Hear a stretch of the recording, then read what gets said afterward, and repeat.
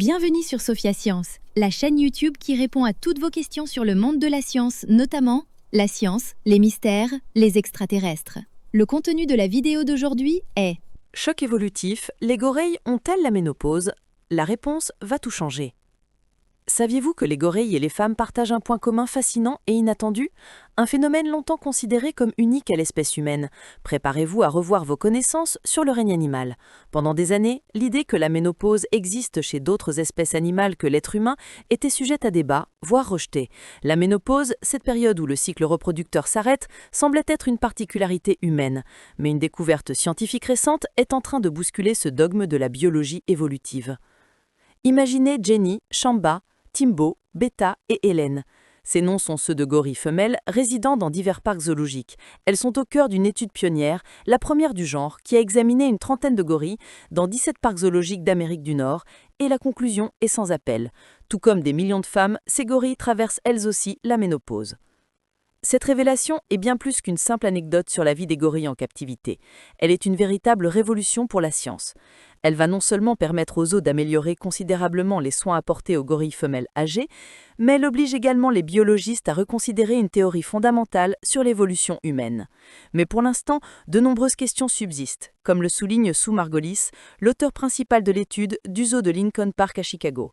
Les chercheurs veulent savoir si les gorilles connaissent des bouffées de chaleur, si elles subissent des sautes d'humeur ou d'autres désagréments associés à cette transition chez les femmes. Ces données demandent encore du temps et une observation minutieuse pour être déterminée. L'impact le plus important de cette étude concerne notre propre espèce. Pendant longtemps, de nombreux biologistes ont soutenu que la ménopause chez l'humain était une adaptation évolutive. Cette théorie, dite de l'hypothèse de la grand-mère, postulait que l'arrêt de la reproduction permettait aux femmes plus âgées, aux grand-mères, de consacrer leur énergie à aider leur descendance à survivre, s'occupant de leurs petits-enfants et transmettant ainsi indirectement leurs gènes. Or, les nouvelles découvertes sur les gorilles viennent ébranler cette conception. En milieu naturel, les gorilles femelles âgées ont tendance à se séparer de leur groupe familial. Elles ne restent pas auprès de leur progéniture pour s'occuper de leurs petits-enfants. Si la ménopause n'est pas nécessaire pour que les gorilles jouent le rôle de grand-mère, cela suggère que le phénomène ne serait pas une adaptation évolutive unique à l'humain, mais peut-être simplement un sous-produit d'une plus grande longévité. Autrement dit, la ménopause pourrait simplement être le prix à payer pour vivre plus vieux. Comme l'explique Steve Ostad de l'Université du Texas, cette découverte force les biologistes évolutionnistes à revoir leur copie. Pendant des années, ils ont considéré l'être humain comme l'unique mammifère non marin à connaître une longue période post-reproduction. Mais si les gorilles peuvent vivre jusqu'à 75 ans par exemple, et passer les 25 dernières années de leur vie en période post-ménopausée, comme le suggère Ostad, alors nous ne sommes plus si uniques que cela. Prenons l'exemple de Jenny. À 51 ans, elle est le gorille le plus âgé en captivité. Elle faisait partie des gorilles étudiés et elle est dans le groupe des 23% des gorilles âgés qui ont clairement atteint la ménopause. Un autre groupe, représentant 32% des gorilles, présentait des niveaux d'hormones fluctuant de manière erratique sur plusieurs mois, un signe révélateur qu'elles étaient en pleine transition vers la ménopause.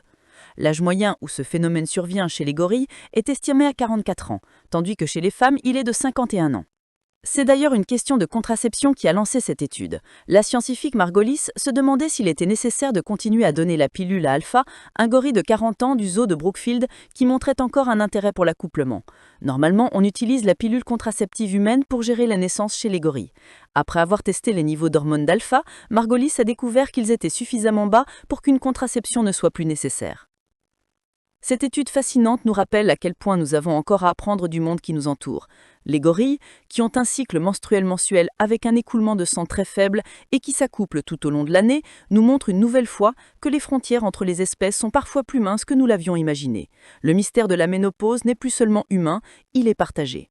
Laissez vos questions dans les commentaires ci-dessous et Sophia Science fera de son mieux pour y répondre. Merci d'avoir regardé et à la prochaine!